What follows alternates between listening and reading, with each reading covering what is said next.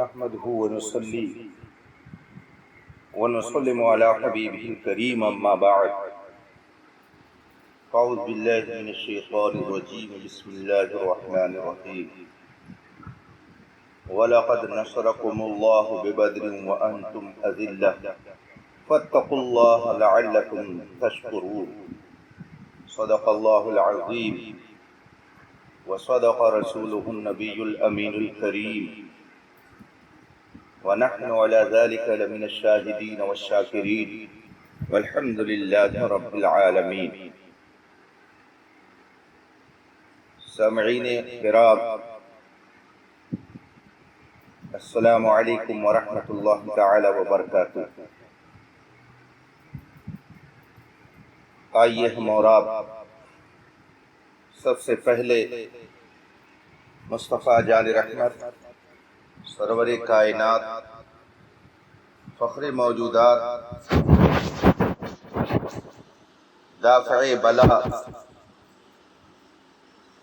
احمد مجتبی محمد مصطفیٰ صلی اللہ تعالی علیہ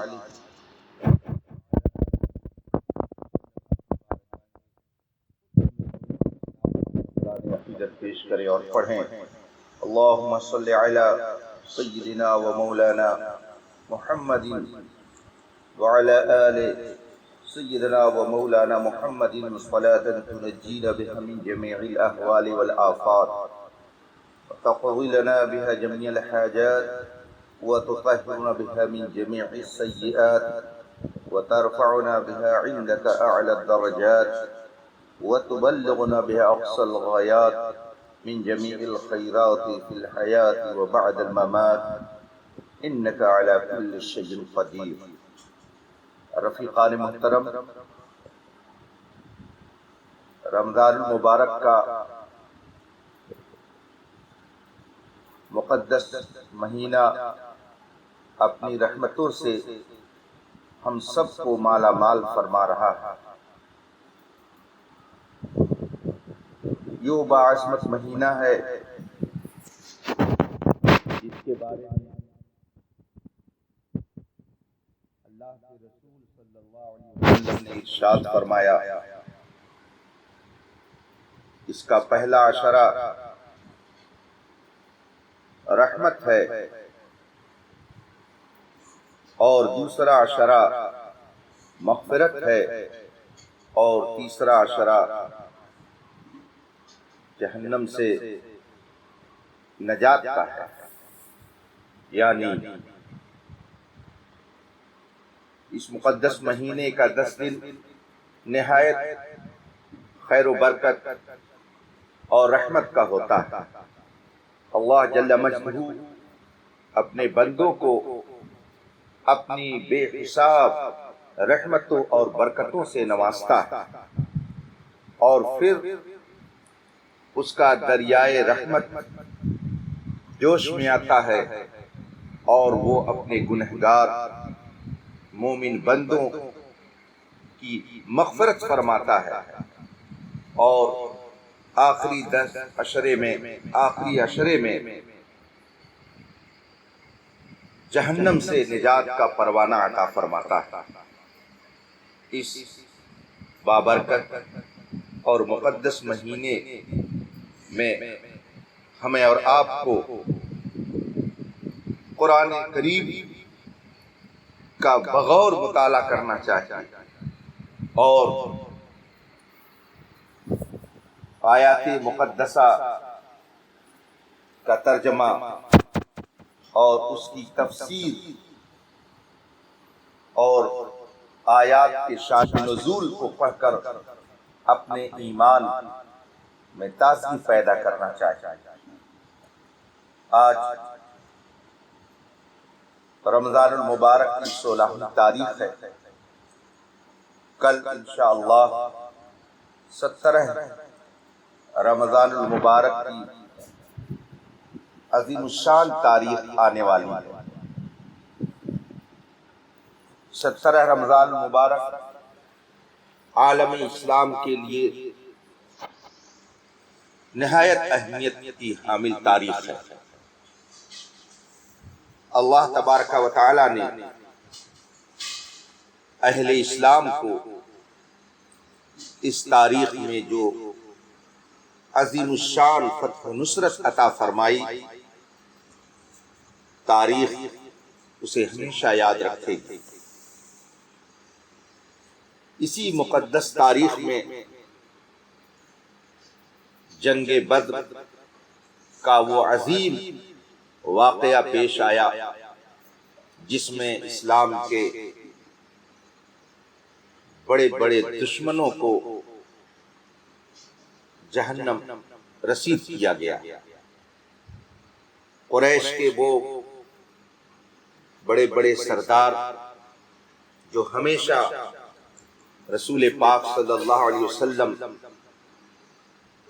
اور اسلام اور مسلمانوں کو نقصان پہنچانے کے در پہ رہتے تھے اور رسول پاک صلی اللہ علیہ وسلم کے خلاف نت نئی سازشیں کرتے تھے، مسلمانوں کو اذیت پہنچاتے تھے اور اسلام کے خاتمے کا ہمیشہ منصوبہ بناتے تھے، اس مقدس تاریخ میں ایسے تمام سرداران قریش صفحہ ہستی سے مٹا دیے گئے، جس کا ذکر قرآن میں جگہ جگہ فرمایا گیا ہے۔ اور کہ جنگ کے واقعے اور اس میں فتح و نصرت کا تذکرہ کر کے مسلمانوں کو اس عظیم تاریخ پہ دہراتے رہنے کا مزاج دیا گیا ہے۔ جنگ بدر جو 17 رمضان المبارک 2 ہجری کو پیش آئی اور جسے اسلام میں وہ اہمیت حاصل ہے کہ اس جنگ کے بعد اسلام کی دعوت و تبلیغ کی راہیں اور پھر مکہ مکرمہ کو فتح کرنے کی راہ ہموار ہوئی۔ اسے جنگ بدر اس لیے کہا جاتا ہے کہ یہ مقام بدر پر واقع ہوئی۔ مدینہ منورہ سے تقریباً 150 کلومیٹر کے فاصلے پر ایک آبادی جہاں زمانے جاہلیت میں سالانہ میلہ لگتا تھا، کفار و مشرکین سال میں ایک مرتبہ اس مقام پر جمع ہوتے تھے۔ وہاں پر ایک کنواں تھا، اس کنویں کے مالک کا نام بدر تھا، اسی کے نام پر اس جگہ کا نام بدر رکھ دیا گیا۔ اسی مقام پر جنگ بدر کا وہ عظیم معرکہ پیش آیا جس میں کفار قریش اور مسلمانوں کے درمیان سخت خونریز لڑائی ہوئی اور مسلمانوں کو اللہ کے کرم سے وہ عظیم الشان فتح و نصرت نصیب ہوئی، جس کے بعد اسلام کی عزت و اقبال کا پرچم اتنا بلند ہوا کہ کفار قریش کی عظمت و شوکت بالکل خاک میں مل گئی اور ان کا غرور و گھمنڈ چکنا چور ہو گیا۔ اللہ تبارک و تعالی نے جنگ بدر کے دن کا نام یوم الفرقان رکھا۔ قرآن کریم کی سورہ انفال میں تفصیل کے ساتھ اور دوسری سورتوں میں بطور اجمال بار بار اس جنگ کا ذکر فرمایا اور اس جنگ میں مسلمانوں کی فتح مبین کے بارے میں احسان جتلاتے ہوئے رب کائنات نے قرآن کریم میں ارشاد فرمایا وَلَقَدْ نَصَرَكُمُ اللَّهُ بِبَدْرٍ وَأَنْتُمْ أَذِلَّةٌ فَاتَّقُوا اللَّهَ لَعَلَّكُمْ تَشْكُرُونَ، یعنی بلا شبہ اللہ تبارک و تعالی نے تم لوگوں کی مدد فرمائی بدر میں، جبکہ تم لوگ کمزور اور بے سر و سامان تھے، تو تم اللہ سے ڈرتے رہو تاکہ تم لوگ شکر گزار ہو جاؤ۔ رفیقان محترم، ذرا غور فرمائیں کہ جس جنگ کا تذکرہ قرآن کریم بطور احسان کر رہا، جس جنگ کو قرآن پاک میں یاد فرمایا گیا اور پھر اللہ کی طرف سے آئی ہوئی مدد کے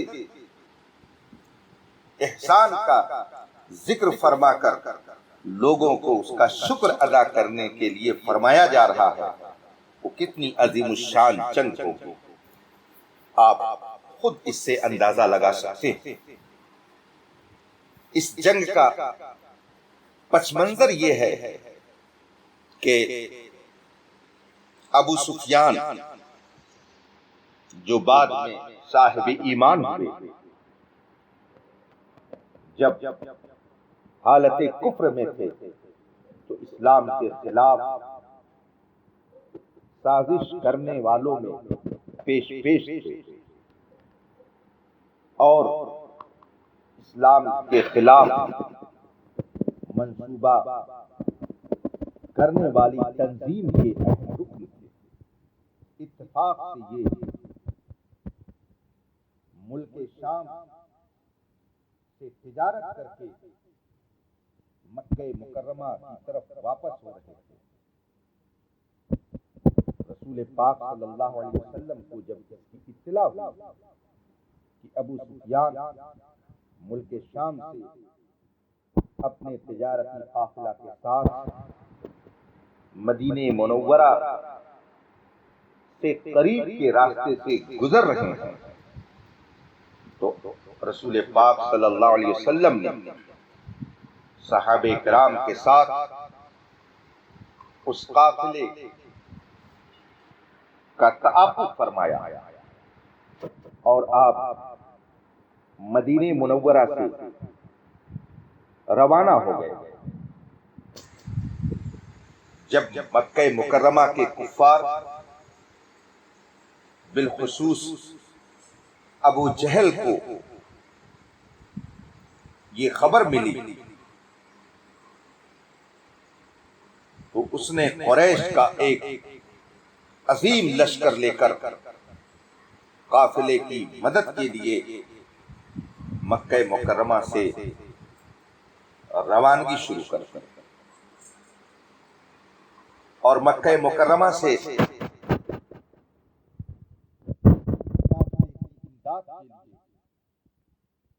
لشکر جرار لے کر چل پڑا۔ ابو سفیان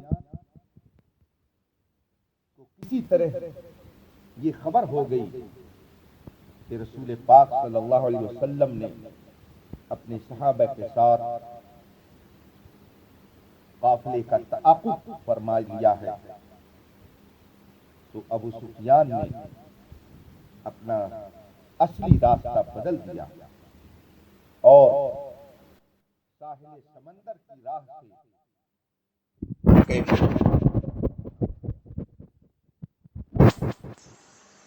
جب یہ خبر ابو جہل اور اس کے ساتھیوں کو ملی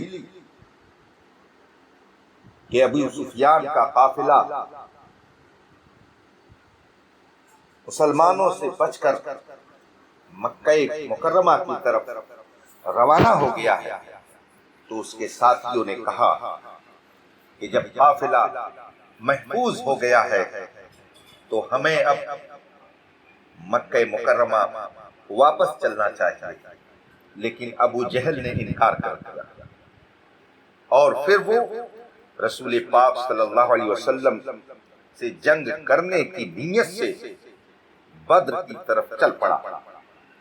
رسول پاک صلی اللہ علیہ وسلم کو جب یہ خبر ہوئی کہ ابو جہل کفار قریش کے ساتھ جنگ کے ارادے سے بدر کے مقام پر آ رہا ہے تو آپ نے صحابہ کرام سے مشورہ فرمایا اور ارشاد فرمایا کہ رب قدیر نے مجھ سے وعدہ فرمایا کہ کفار کے دونوں گروہوں میں سے ایک پر مسلمان کو فتح و نصرت عطا فرمائے گا، خواہ قافلہ ہو یا قریش کا لشکر۔ صحابہ کرام نے رسول پاک صلی اللہ علیہ وسلم کی رائے میں موافقت فرمائی، مگر بعض صحابہ کرام نے عرض کی یا رسول اللہ، ہم جنگ کی تیاری سے نہیں چلے اور نہ ہماری تعداد اتنی ہے کہ ان کا مقابلہ کر سکیں، نہ ہمارے پاس ساز و سامان ہے، نہ ہی ہم معتبر مقدار سامان جنگ لے کر چلے۔ صحابہ کرام نے جب یہ بات عرض کی، رسول پاک صلی اللہ علیہ وسلم کو کچھ گہرا محسوس ہوا اور پھر آپ نے ارشاد فرمایا کہ قافلہ اگرچہ ساحل سمندر کی طرف نکل گیا ہے مگر ابو جہل جنگ کے لیے سامنے آ رہا ہے۔ اس بات پر صحابہ کرام نے رسول پاک سے عرض کی یا رسول اللہ، قافلے کا تعاقب کیا جائے اور لشکر دشمن کو چھوڑ دیا جائے، مگر یہ بات بھی رسول پاک صلی اللہ علیہ وسلم کو ناگوار خاطر تھی۔ جب آپ کے چہرے انور پر ناگواری کے آثار ظاہر ہوئے تو حضرت سیدنا صدیق اکبر اور حضرت سیدنا عمر فاروق اعظم رضی اللہ تبارک و تعالی عنہما کھڑے ہو کر اپنے اخلاص، فرما برداری، وفاداری، رضا جوئی، جانثاری اور آپ پر مر مٹنے کا مکمل اظہار فرمایا اور نہایت قوت و استحکام کے ساتھ عرض کی یا رسول اللہ، وہ کبھی بھی آپ کی مرضی مبارک کے خلاف کوئی قدم نہیں اٹھا سکتے۔ جب حضرات شیخین رضی اللہ تبارک و تعالی عنہما نے رسول پاک صلی اللہ علیہ وسلم کے سامنے اپنی وفاداری کا اظہار فرمایا تو دیگر صحابہ کرام نے بھی عرض کی یا رسول اللہ، رب کائنات نے جس چیز کا آپ کو حکم دیا ہے اس کے مطابق تشریف لے چلیں، ہم آپ کی خدمت میں ہیں، ہم کبھی بے وفائی نہیں کر سکتے ہیں، ہم آپ پر ایمان لا چکے ہیں، ہم نے آپ کی تصدیق کی ہے، ہم نے آپ کے اتباع کے لیے عہد و پیمان کیا ہے، ہمیں آپ کی اتباع میں سمندر کے اندر کود جانے سے بھی عذر نہیں ہے، نبی کا حکم ہو تو کود جائیں ہم سمندر میں۔ صحابہ کرام نے جب پرجوش انداز میں رسول پاک صلی اللہ علیہ وسلم سے وفاداری کا اظہار فرمایا تو پیارے آقا صلی اللہ علیہ وسلم نے فرمایا چلو رب کی رحمت پر اور اس کی برکت پر بھروسہ کرو، اس نے مجھ سے وعدہ فرمایا ہے، میں تمہیں خوشخبری دیتا ہوں، بشارت دیتا ہوں کہ مجھے دشمنوں کے گرنے کی جگہ نظر آ رہی ہے۔ چنانچہ رسول پاک صلی اللہ تعالی علیہ وسلم کفار قریش کے سرداروں کو موت کی جگہ بتانے کے لیے نکل پڑے۔ رات کا وقت تھا، 17 رمضان المبارک جمعہ کی رات تھی، تمام فوج تو آرام اور چین کی نیند سو رہی، مگر رسول کریم صلی اللہ علیہ وسلم کی ذات تھی جو ساری رات رب قدیر کی بارگاہ میں گریہ اور زاری میں مصروف رہی۔ رات میں آپ اپنے چند جانباز صحابہ کے ساتھ میدان جنگ کا معائنہ فرما رہے ہیں۔ آپ کے دست مبارک میں ایک چھڑی تھی، آپ اسی چھڑی سے زمین پر لکیر بناتے جا رہے تھے اور یہ فرماتے جا رہے تھے کہ یہ فلاں کافر کے قتل ہونے کی جگہ ہے، کل یہاں فلاں کافر کی لاش پڑی ہوئی ملے گی، کل یہاں عتبہ مرے گا، یہاں ابو جہل مرے گا، یہاں شیبہ مرے گا۔ چنانچہ ایسا ہی ہوا کہ آپ نے جس جگہ جس کافر کی بتائی تھی اس کافر کی لاش ٹھیک اسی جگہ پائی گئی۔ ان میں سے کسی ایک نے لکیر سے بال برابر بھی تجاوز نہیں کیا۔ حدیث پاک میں یہ واقعات تفصیل سے موجود ہیں۔ آپ نے رات میں سرداران قریش کے مقتل کی نشاندہی فرمائی۔ ابو داؤد شریف کی حدیث اور مسلم شریف کی حدیث میں ہے کہ جس کے مرنے کی جو جگہ رسول پاک نے رات میں متعین فرمائی، میدان جنگ میں کفار اسی جگہ پر مرے ہوئے ملے جہاں رسول پاک نے بتایا۔ اس سے معلوم ہوا کہ کون کب مرے گا اور کہاں مرے گا۔ اللہ تبارک و تعالی نے اپنے محبوب کو اس کا بھی علم عطا فرمایا۔ کفار قریش جنگ کے لیے آمادہ تھا اور رسول پاک صلی اللہ علیہ وسلم کو معاذ اللہ رب العالمین دنیا سے ختم کرنے کے لیے بے چین تھے، لیکن نور حق شمع الہی کو بجھا سکتا ہے کون؟ جس کا حامی ہو خدا اس کو مٹا سکتا ہے کون؟ 17 رمضان سن 2 ہجری جمعہ کے دن حضور سرور کائنات صلی اللہ علیہ وسلم نے مجاہدین اسلام کو سب بندی کا حکم فرمایا۔ آپ کے دست مبارک میں ایک چھڑی تھی، اس کے اشارے سے آپ صف درست فرما رہے تھے کہ کوئی شخص آگے پیچھے رہنے نہ پائے، اور یہ فرمایا کہ ذکر الہی کے علاوہ کسی طرح کا کوئی شور و غل نہ مچایا جائے، اور سب کی زبان ذکر الہی سے تر ہو۔ آپ ذرا غور فرمائیں، میدان جنگ ہے، دشمن مقابلے میں،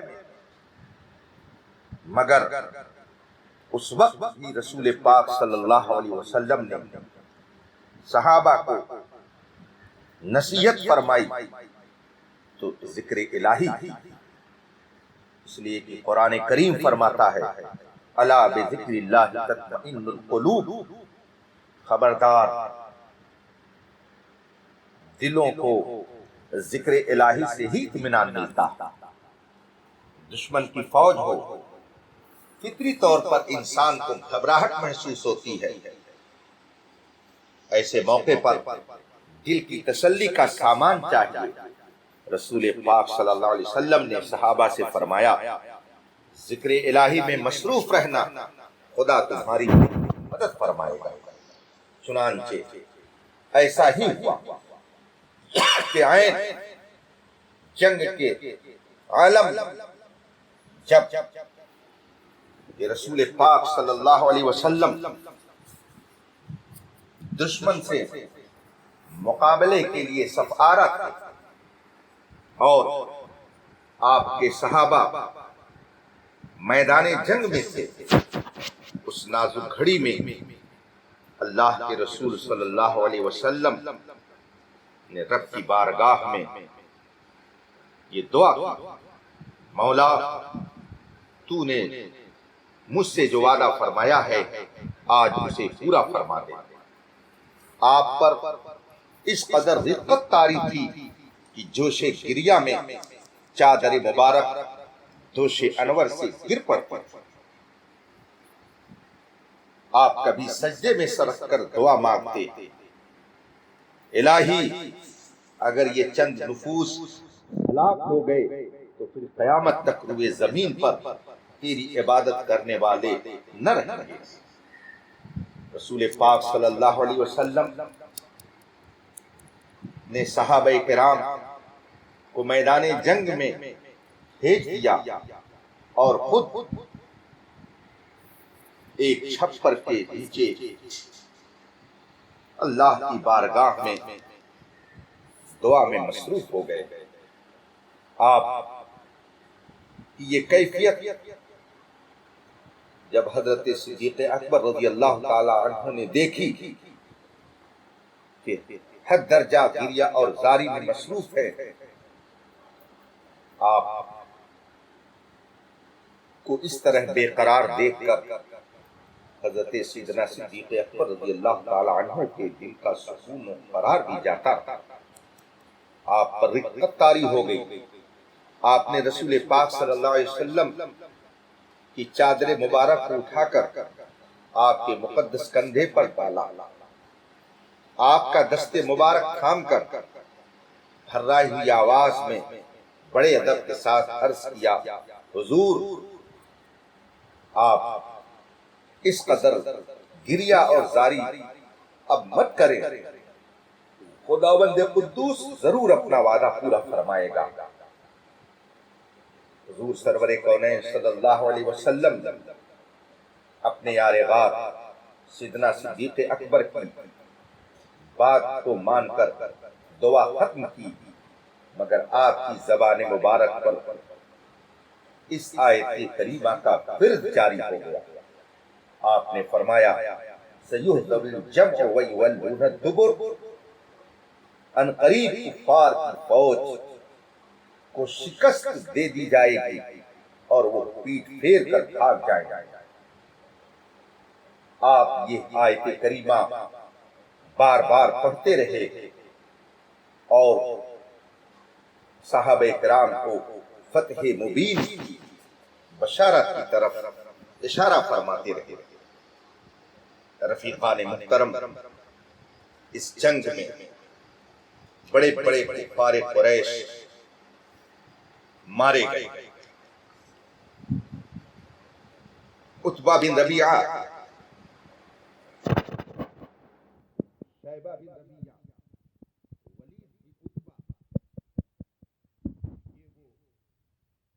ولید بن عتبہ، بڑے سرداران قریش میں تھے جو اس جنگ میں اسلام کا صفایا کرنے کے لیے آئے ہوئے تھے۔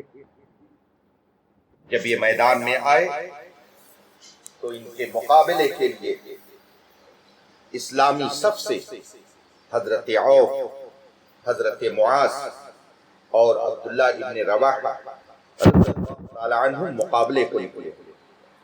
عتبہ نے ان حضرات کا نام و نسب پوچھا، اور جب ان حضرات نے بتایا کہ ہم قبیلے انصار سے تعلق رکھتے ہیں، ہم کو تم لوگوں سے کوئی غرض نہیں،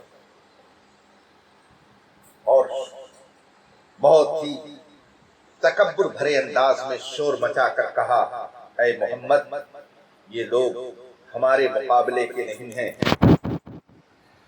قریش کے خاندان سے کسی کو ہم سے لڑنے کے لیے میدان جنگ میں بھیجو۔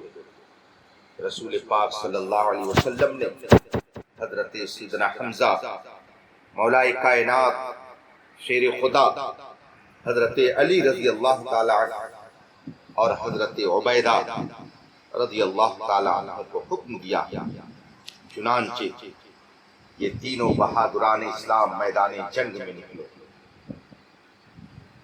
یہ حضرات سر پر جنگی ٹوپی رکھے ہوئے تھے، جس کے سبب آپ حضرات کا چہرہ چھپا ہوا تھا۔ عتبہ نے انہیں پہچانا نہیں اور پوچھا تم کون لوگ ہو؟ جب ان مقدس حضرات اپنے نام و نسب کا ذکر فرمایا تو عتبہ نے کہا ہاں اب ہمارا جوڑ ہے۔ اور جب جنگ شروع ہوئی تو حضرت سیدنا حمزہ، حضرت علی اور حضرت عبیدہ رضی اللہ تعالی عنہم نے اپنی ایمانی شجاعت کا ایسا مظاہرہ کیا کہ بدر کی زمین تہل گئی، کفار کے دل تھرا گئے، ان میں لرزہ طاری ہو گیا، اور ان کی جنگ کا انجام یہ ہوا کہ حضرت حمزہ نے عتبہ کا مقابلہ کیا۔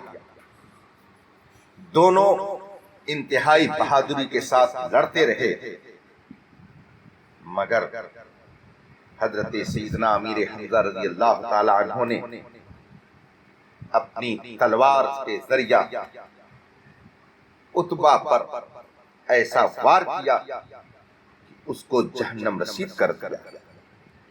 ولید نے حضرت علی سے جنگ کی اور پھر دونوں نے ایک دوسرے پر بڑھ بڑھ کر قاتلانہ حملہ کیا، لیکن مولا کائنات شیر خدا کی ذوالفقار نے ولید کو جہنم رسید کر دیا اور وہ ذلت کے ساتھ قتل ہو گیا۔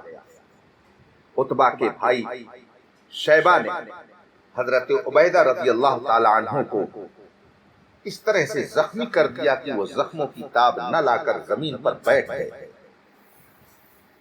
جب یہ منظر حضرت علی رضی اللہ تعالی عنہ نے دیکھا، نہایت تیزی سے آگے بڑھے اور آپ نے شیبہ کو بھی کیفر کردار تک پہنچایا اور اسے جہنم رسید کرنے کے بعد حضرت عبیدہ رضی اللہ تعالی عنہ کو اپنے کندھے پر اٹھا کر بارگاہ رسالت میں حاضر ہوئے۔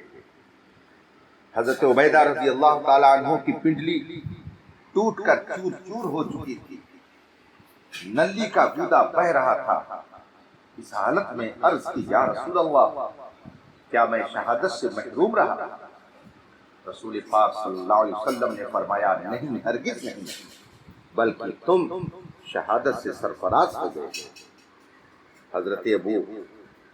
حضرت عبیدہ رضی اللہ تعالی عنہ نے عرض کی یا رسول اللہ اگر آج میرے چچا ابو طالب زندہ ہوتے تو وہ اس بات کا اعتراف ضرور کرتے کہ ان کے فلاں شیر کا مصداق میں ہی۔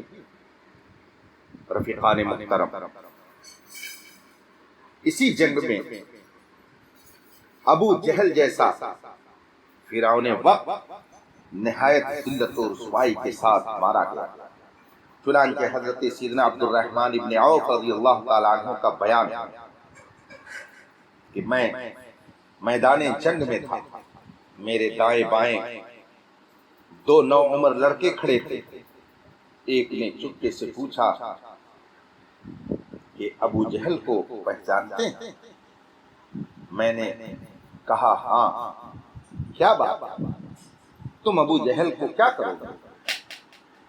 اس نے کہا میں نے خدا سے عہد کیا ہے کہ میں ابو جہل کو جہاں دیکھ لوں گا یا تو اس کو قتل کر دوں گا یا لڑتا ہوا مارا جاؤں گا، کیونکہ وہ اللہ کے رسول کا بہت ہی بڑا دشمن ہے۔ حضرت عبد الرحمن فرماتے ہیں کہ میں نے جب اس نوعمر لڑکے کی بات سنی تو حیرت سے اس کا منہ تکتا رہ گیا۔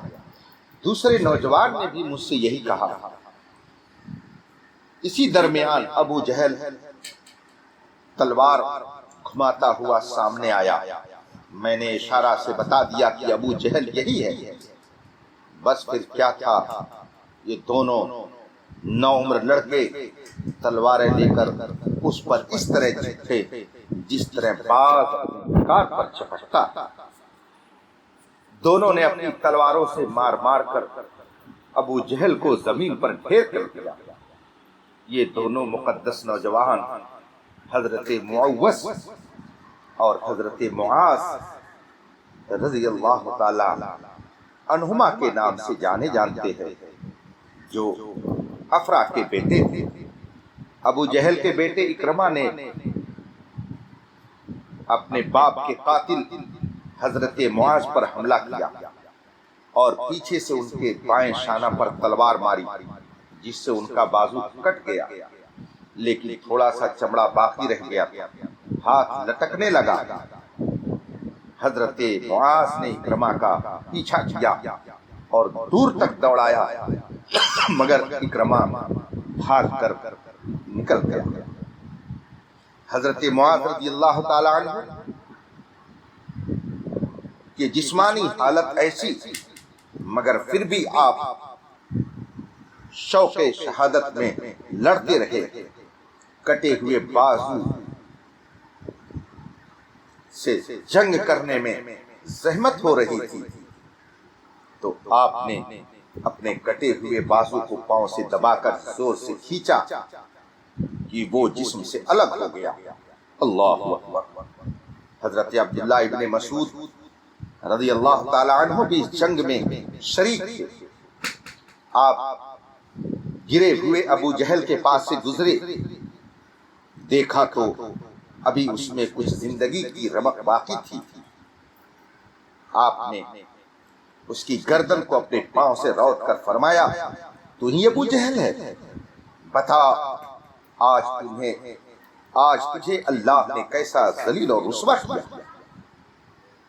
ابو جہل نے اس حالت میں بھی غرور و گھمنڈ کے ساتھ یہ کہا کہ تمہارے لیے یہ کوئی بڑا کارنامہ نہیں ہے، میرا قتل ہو جانا اس سے زیادہ نہیں کہ ایک آدمی کو اس کی قوم نے قتل کر دیا۔ ہاں، مجھے اس کا افسوس ہے کہ کاش مجھے کسانوں کے سوا کوئی دوسرا شخص قتل کرتا، چونکہ حضرت معوذ اور معاذ قبیلے انصار سے تھے، جو کھیتی باڑی کا کام کرتے تھے، اور قبیلے قریش کے لوگ کسانوں کو بڑی حقارت کی نظر سے دیکھتے تھے۔ اس لیے ابو جہل نے کسانوں کے ہاتھ سے قتل ہونے کو اپنے لیے قابل افسوس بتایا۔ جنگ ختم ہونے کے بعد رسول پاک صلی اللہ علیہ وسلم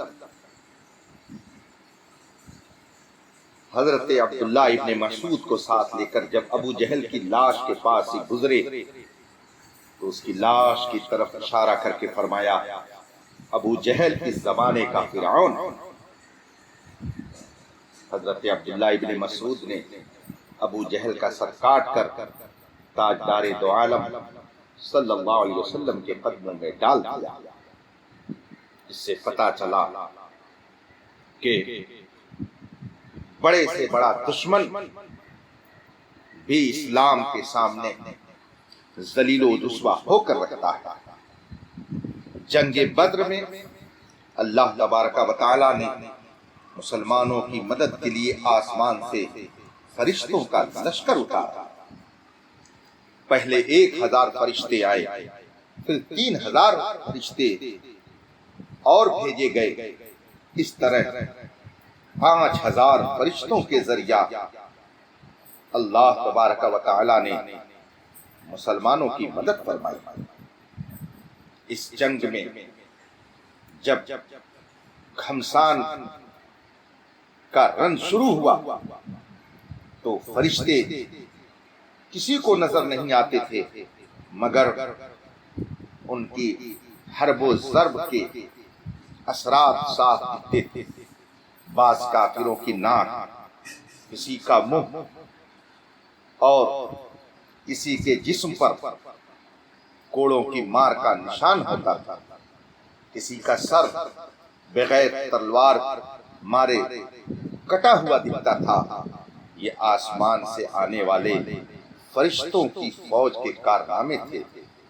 عتبہ، شیبہ، ابو جہل وغیرہ کفار قریش کے بڑے بڑے سردار جب اس جنگ میں اپنے کیفر کردار کو پہنچ گئے، ان کی ہلاکت کو کفار مکہ نے اپنی آنکھوں سے دیکھا، ذلیل و رسوا ہوتے ہوئے دیکھا۔ مسلمانوں کے سامنے نہایت ذلت کے ساتھ اپنے سرداروں کی موت کو دیکھا تو ان کی کمر ٹوٹ گئی، ان کے پاؤں اکھڑ گئے اور ہتھیار ڈال کر بھاگ کھڑے ہوئے، اور مسلمانوں نے ان لوگوں کو گرفتار کرنا شروع کر دیا۔ اس جنگ میں کفار کے 70 آدمی قتل اور 70 آدمی گرفتار کیے گئے، باقی اپنا سامان چھوڑ کر فرار ہو گئے۔ اس جنگ میں کفار مکہ کو ایسی زبردست شکست ہوئی کہ ان کی فوجی طاقت فنا ہو گئی، ان کا غرور ختم ہو گیا، ان کے تکبر و گھمنڈ کی دیوار ٹوٹ گئی۔ بڑے بڑے نامور سردار جو بہادری اور فن سپہگری میں یکتائے روزگار سمجھے جاتے تھے، سب ایک ایک کر کے موت کے گھاٹ اتارے گئے۔ رفیقان محترم، اس عظیم الشان جنگ میں کل 14 مسلمان شہادت سے سرفراز ہوئے، جن میں سے 6 مہاجرین کرام اور 8 انصار عظام تھے۔ الحمدللہ اس میدان بدر کی زیارت فقیر کو بھی نصیب ہوئی ہے، اور شہدائے بدر کی بارگاہ میں خراج عقیدت پیش کرنے کے لیے فقیر نے سعادت حاصل کی ہے۔ ان 14 شہدائے بدر میں 13 تو وہ حضرات ہیں جو میدان بدر ہی میں مدفون ہیں، مگر حضرت سیدنا عبیدہ ابن حارث رضی اللہ تعالی عنہ کی وفات مبارک بدر سے واپسی پر منزل صفرا میں ہوئی، اس لیے آپ کی قبر انور منزل صفرا میں۔ 13 صحابہ کرام جو میدان بدر میں شہید ہوئے، آج بھی ان کا نام وہاں پہ بورڈ پر لکھا ہوا ملے گا۔ رب قدیر نے مسلمانوں کو اس جنگ میں وہ عظیم الشان فتح نصیب فرمائی کہ مسلمانوں کا سر فخر سے اونچا ہو گیا۔ اللہ کے رسول صلی اللہ علیہ وسلم نے فتح کے بعد 3 دن تک مقام بدر پر قیام فرمایا، تمام اموال غنیمت اور کفار قیدیوں کو ساتھ لے کر 3 دن کے بعد آپ وہاں سے روانہ ہوئے۔ مدینہ منورہ میں موجود دیگر حضرات کو جب اس فتح مبین کی خبر ملی تو آپ خود اندازہ لگا سکتے ہیں ان کی خوشیوں کا کیا حال رہا ہوگا۔ جب میرے آقا صلی اللہ علیہ وسلم مدینہ منورہ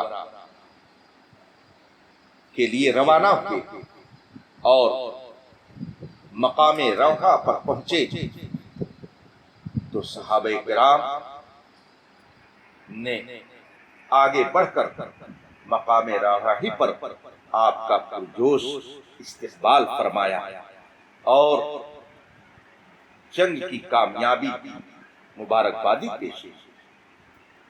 اللہ تبارک و تعالی اپنے بندوں کی، اپنے وفاداروں کی اور اپنی راہ میں جان دینے والوں کی عزت اور ان کی سربلندی کے لیے خود انتظام فرماتا ہے۔ اس جنگ میں 313 مجاہدین اسلام تھے، کفار قریش 1000 کی تعداد میں تھے۔ مسلمانوں کے پاس جنگی سامان بھی بہت معمولی تھا، افراد بھی کم تھے، سامان جنگ بھی کم، مگر اس کے باوجود اللہ تبارک و تعالی نے وہ عظیم فتح عطا فرمائی کہ رہتی دنیا تک اسے یاد رکھا جائے گا۔ جو لوگ اسلام کی سربلندی کے لیے رسول پاک صلی اللہ علیہ وسلم کے پیغام کو عام کرنے کے لیے خدا کی وحدانیت کا پرچم لوگوں کے دلوں پر نصب کرنے کے لیے اور شرک و کفر کے خاتمے کے لیے لڑتے ہیں، جہاد کرتے ہیں، اسلام کی راہ میں قربانیاں دیتے ہیں، رب انہیں وہ سرخروئی عطا فرماتا ہے کہ انسان جس کا تصور نہیں کر سکتا۔ کل 17 رمضان المبارک ہے۔ اہل ایمان اپنے ان جانثار اور اسلام کے سپاہیوں کی بارگاہ میں خراج عقیدت پیش کریں، ان کی ارواح مبارکہ کو ایثار ثواب کریں، ان کے واقعات کو پڑھیں، اپنے بچوں کو بتائیں، قوم کو سنائیں، تاکہ آج کی مشکل گھڑی میں امت مسلمہ کے اندر اسلام پر مرمٹنے کا جذبہ پیدا ہو اور مشکل وقتوں میں بھی اسلام پر سختی سے قائم رہنے کا انہیں شعور حاصل ہو۔ رب کائنات شہدائے بدر کے صدقے میں اہل اسلام کی حفاظت فرمائے، مشکلات میں صبر و استقلال کے ساتھ اسلام پر قائم رہنے کی توفیق عطا فرمائے۔ کورونا جیسی بیماری سے پورا ملک پریشان ہے، بلکہ پوری دنیا اس میں مبتلا ہے۔ ہم دعا کریں کہ رب تعالی رمضان کی برکتوں سے اور شہدائے کرام بالخصوص شہدائے بدر کے طفیل ان مشکلات سے ہمیں نجات عطا فرمائے۔ وآخر دعوانا ان الحمد للہ رب العالمین۔ السلام علیکم۔